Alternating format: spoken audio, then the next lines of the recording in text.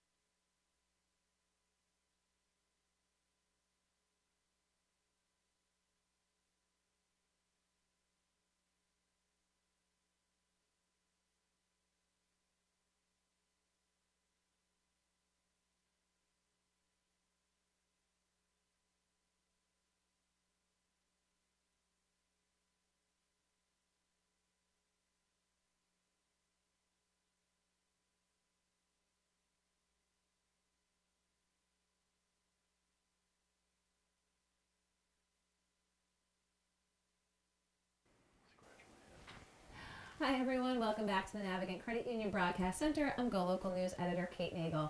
I want to thank Ray Rickman, as he usually does, for coming in Fridays to give his big view here in studio. And speaking of usually coming by, GoLocal columnist Bob Wickham, thank you for coming in today. We were just chatting. He did not stay up to watch the end of the Red Sox game last night. No, I did not. My psychiatrist advised against it. Whereas I did, I'm on my third cup of coffee.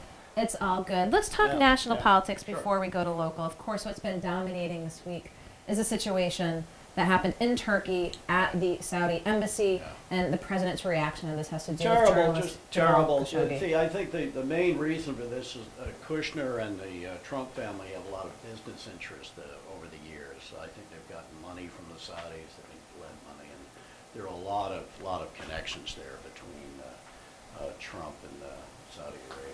I think that's some of it. The other thing is that Trump became great pals with Prince Salman, the Crown Prince, who appears to have ordered this torture and murder.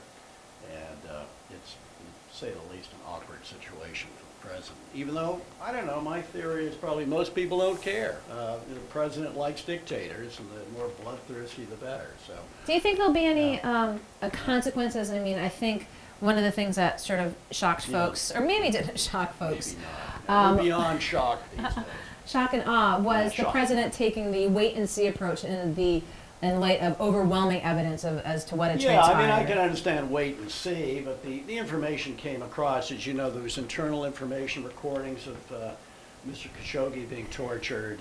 Later on, apparently, he was dismembered and taken out of the building in suitcases and stuff. And I think, again, what's going on is the president has these connections with Saudi Arabia, as with other dictatorships, and so he's trying to protect them and protect himself in the process. Do you think we'll see any reaction, especially at the congressional level? Now, I talked with Jennifer Lawless earlier this week, and she mentioned, if even if the president doesn't take action, is this worthy of other nations taking action against? Try to change a treaty. My feeling politically, I don't think most people care. Sadly, I don't think most Americans care very much, about human rights. Frankly, outside the U.S., I'm beginning to wonder if they care about them within the U.S.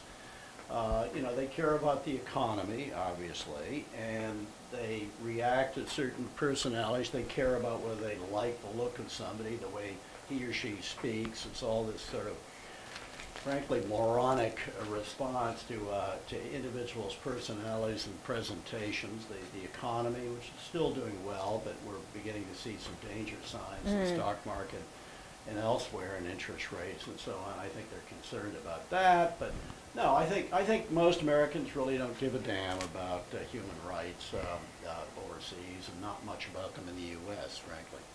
And speaking of things that Americans care about, let's talk a little bit about Elizabeth Warren's Yes, right, the DNA thing, which is apparently sort of a pushback about that. I can understand why she did it, because the president keeps taunting her about it. And, the Cherokee Nation is outraged that she was kind of making this a campaign matter. Well, of course, Trump originally made it a campaign matter, calling her a fraud. I understand also the scientists, the DNA experts, are arguing about what percentage of Indian blood she has, and there is actually very entertaining sort of scientific dispute about, is it 1/100th or 1/1000th or whatever. It does appear, is this guy at Stanford who did this is a respectable scientist. It does appear she's had some little bit of Indian blood, Cherokee blood, but probably to her surprise, the Native Americans, especially the Cherokee Nation, doesn't seem to be very happy about this. Well, her bringing it up as a campaign issue. Well, as a campaign issue, it is quite interesting, because Jennifer Lawless raised a good point. Actually, Jen Bendery raised the same point when I know her. Yeah. You didn't believe a word she said, though. It was great to have her, Jen Bendery, HuffPost senior political writer and related to Bob Wickham. Yes, both of them raised the point that, as much as folks want to speculate who might be in the Democratic ticket in 2020, we still have the midterm to get through, see how the chips fall, that it's completely premature, just plays into that sort of you know, the media hype of trying to just get folks interested. But Yeah. the question was, what was the upside of Elizabeth Warren saying it now? It's, you know, the focus is squarely on the midterms. You know what I would have done with her? I certainly would have released that information, but waited off to the midterm. She's going to win the midterm, so she doesn't have a problem there. And then, you know, done it in a slightly less, what's the word, intense setting, and then gone on from there. I don't think she's going to be the nominee. I think she comes across as too strident. The trouble is the Democrats need somebody from outer space. You know, they need like Wendell Willkie in 1940 to run a strong race against FDR, or Dwight D. Eisenhower. At this point, before the 1952 Republican convention, everybody thought Bob Taft was going to be the nominee, and then they persuaded General Eisenhower to run, and of course changed everything. Well, don't forget too, in 14, Jeb Bush was the purported Right, front runner yeah, on the Jeb Republican Bush, side. right, yeah, and of course 1948 there was President Tom Dewey. So you never know. I think the Democrats desperately need somebody with a great manner, great presentation, charm, charisma, who's run something. It could be a company, it could be a state. There's a very impressive governor of Colorado, I think, may run for president, called Hickenlooper, but he's got a problem with his name. Do you really think the name would be that much of a hurdle to overcome? Yes. I think that's the way the world is. Well, it was funny. Jennifer Lawless was saying, we were talking about that potential for the dark horse. Yeah. And she's like, it's kind of hard for a dark horse when the list is like 20 deep of who's a pretender and who's a contender. That's right. So she's like, I'm pretty sure it might come out of that list. But again, it's... Well, these names that, you know, 95% of the American population doesn't know the names of most of these people on the list. You know, unless they're actually from the state or the city where the person's coming from. I mean, Hickenlooper. Who in New England knows about John Hickenlooper? You think it's going to work to his disadvantage, but with such a recognizable name, no upside to that? That's a good point. Yeah, that's interesting point. Maybe who is Hickenlooper? You don't forget it. You've heard it a couple of times. See, he's apparently a very nice man. I don't know if he's got that kind of charisma, but very successful governor, purple state. You know, who knows? But not Elizabeth Warren. I think that's unlikely. I think she just comes across as too strident. Let's go local a little bit here. Obviously, last week we missed you. Yeah. We did do the poll results with John Well, Delaware. he was only in prison for a week. So Posted bail. He's out here. But let's talk a little bit, being in Providence, about the Providence mayoral election. Started to see some ads hit from Dee Dee Whitman.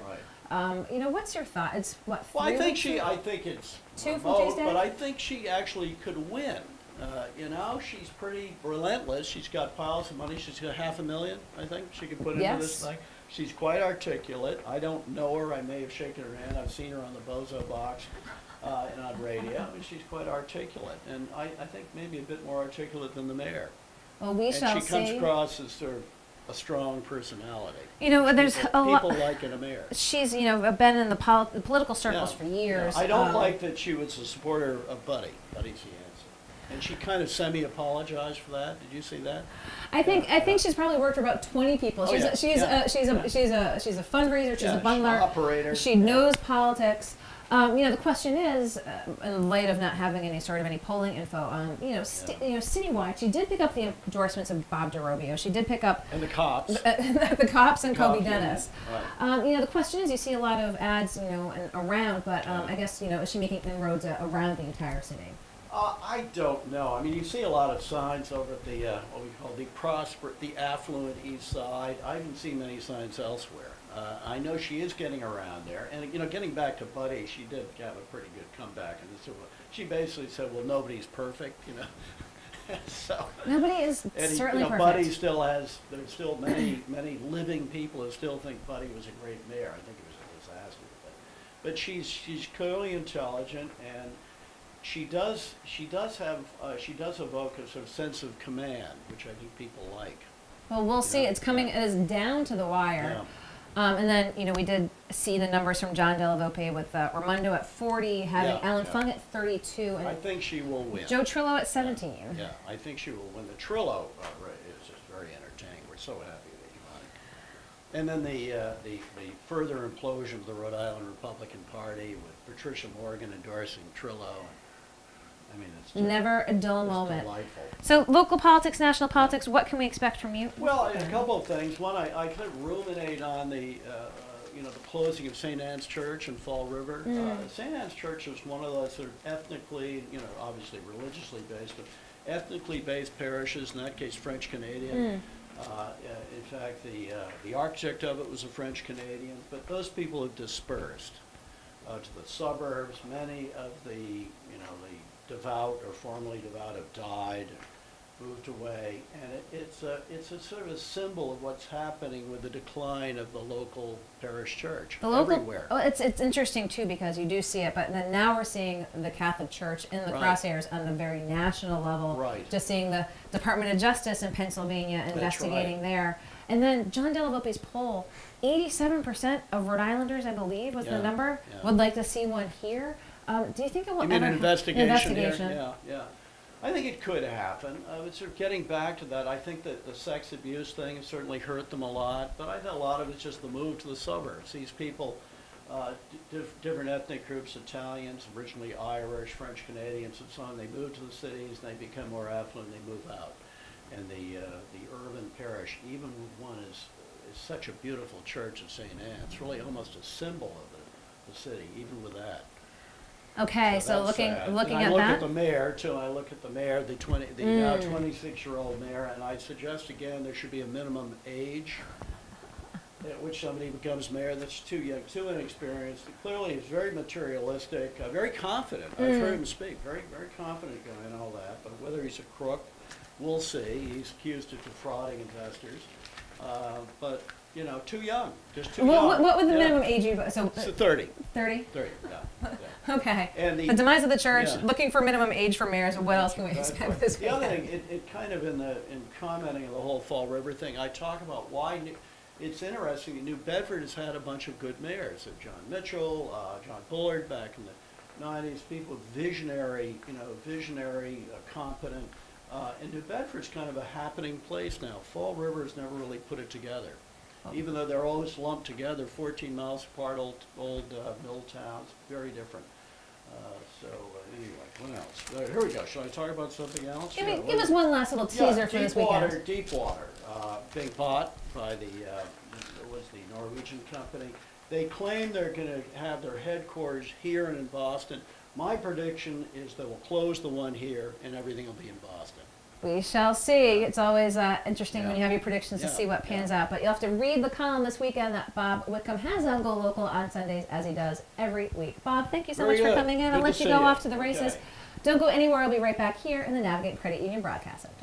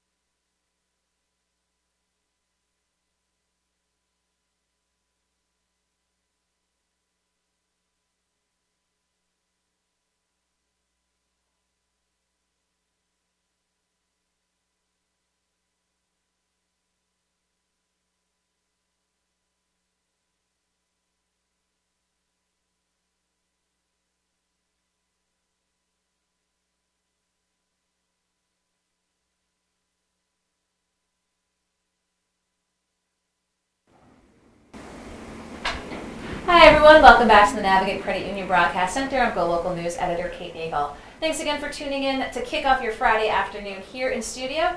Started with Ray Rickman, then Bob Whitcomb, and now a familiar face, Joe Wilson Jr. Thank you for coming back in today. So happy to be here. I appreciate it. Been all around. This time last year, you were getting ready to be Scrooge. Yeah, that is correct. Taking off to Broadway for the Iceman Cometh, back participating in the Biff Summit, and then now getting ready for a big event on Monday, America 2 2018. Yes.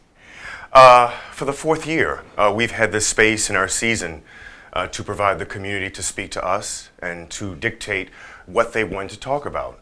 This all started 4 years ago with our work around policing, and we brought back a series of plays from Ferguson, Missouri, called the Every 28-Hour Plays, and we produced those plays the first year.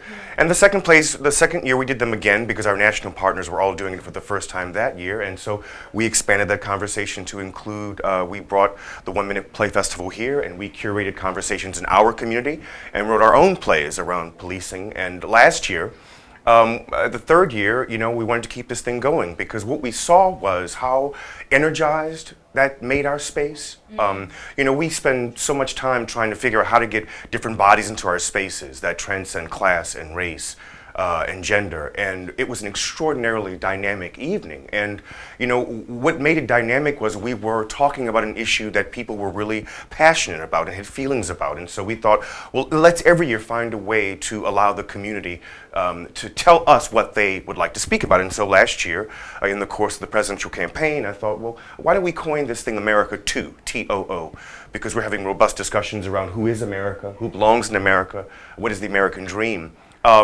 And we really didn't have a topic that third year until the repeal of DACA. Okay. And then that opened up, we did then a play reading and a discussion on immigration. And so this year's America Too, over the course of this year, we've been doing some incredible work as a result of last year's Christmas Carol. We invited dozens of community organizations to be a part of that evening.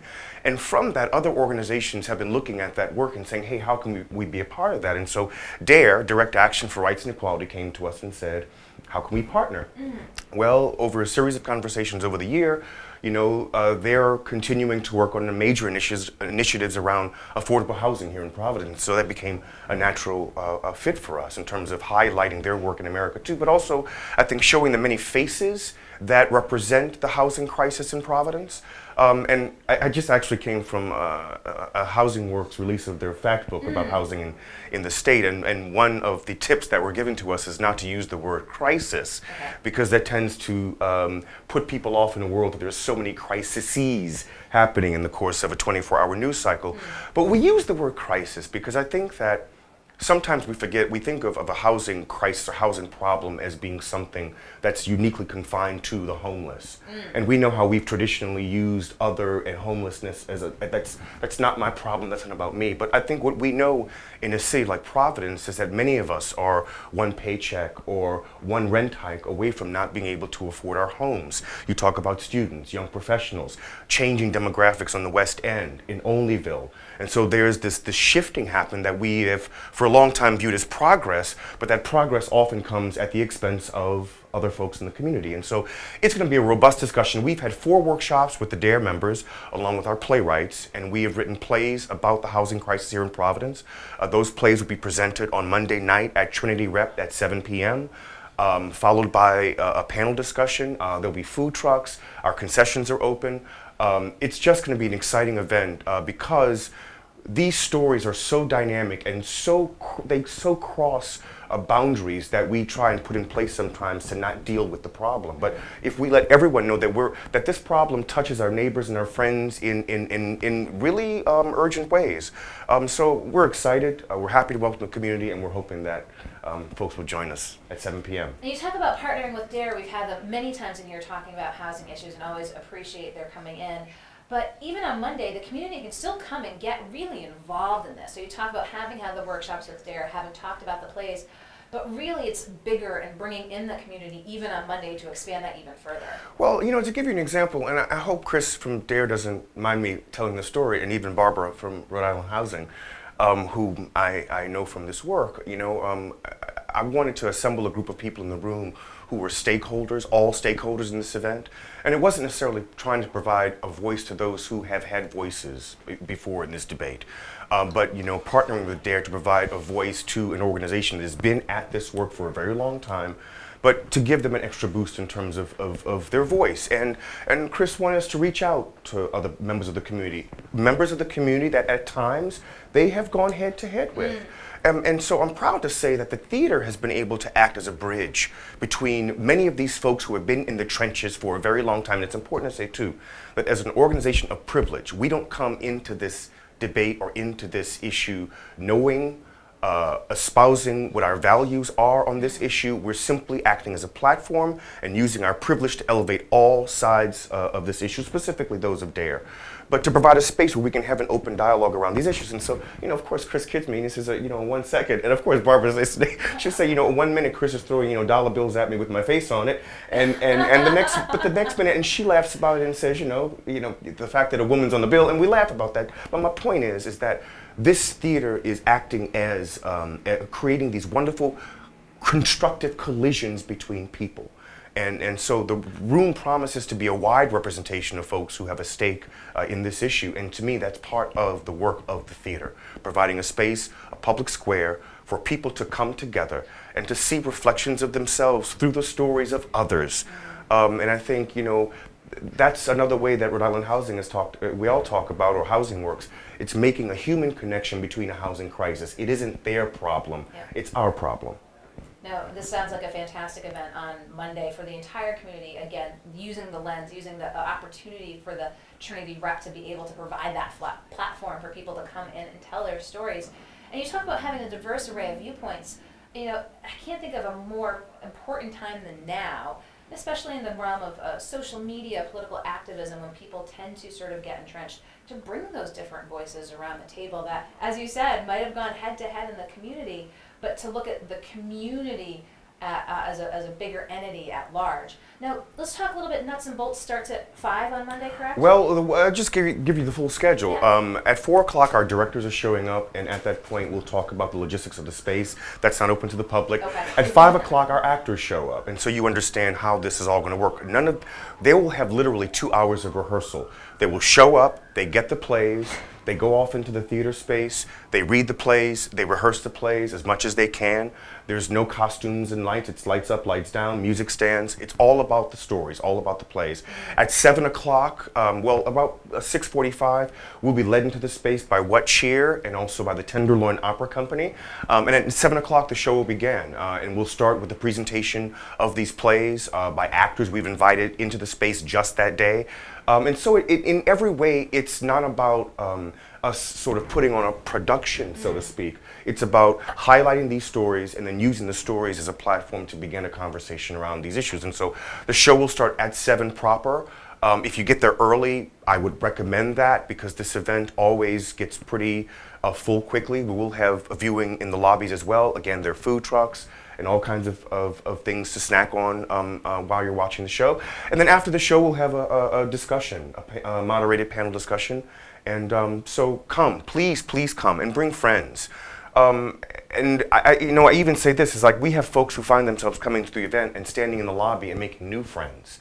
And so it's a great way to meet people who are not only passionate about these issues, but it's a great way to discover other folks who you have other ways that you intersect as a community. And to me, that's what is the power of these events as well. Yes, we're coming together to talk about the housing crisis, but I think people who take out their time to come to these events, you will find something else in them that you have in common, some other partnership that you can form that can affect some other issue that you're passionate about or whatever. It's about providing a space for people to come in and it's eye contact, a handshake, and it's these casual but purposeful collisions of people that can be, and these tiny seeds of careful, of one-on-one contact that this is the hard work of community building.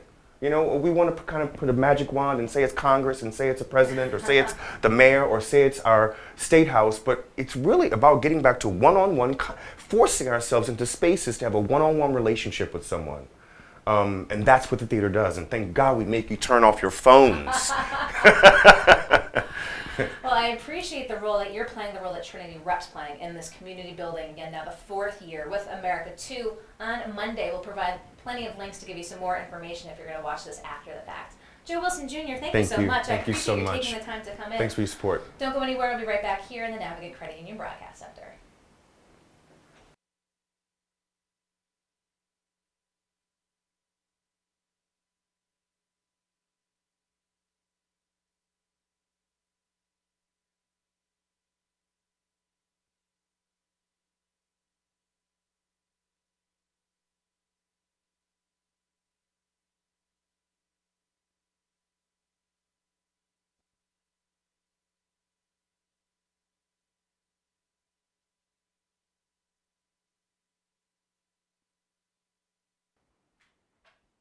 Hi everyone, welcome back to the Navigant Credit Union Broadcast Center. I'm GoLocal News Editor Kate Nagel. Thanks for joining us this Friday afternoon here in studio, kicking off with Ray Rickman, followed by Bob Whitcomb and Joe Wilson Jr. from Trinity Rep, talking about Monday's America 2 2018 event, focusing on housing here in the community and how he envisions that evening playing out.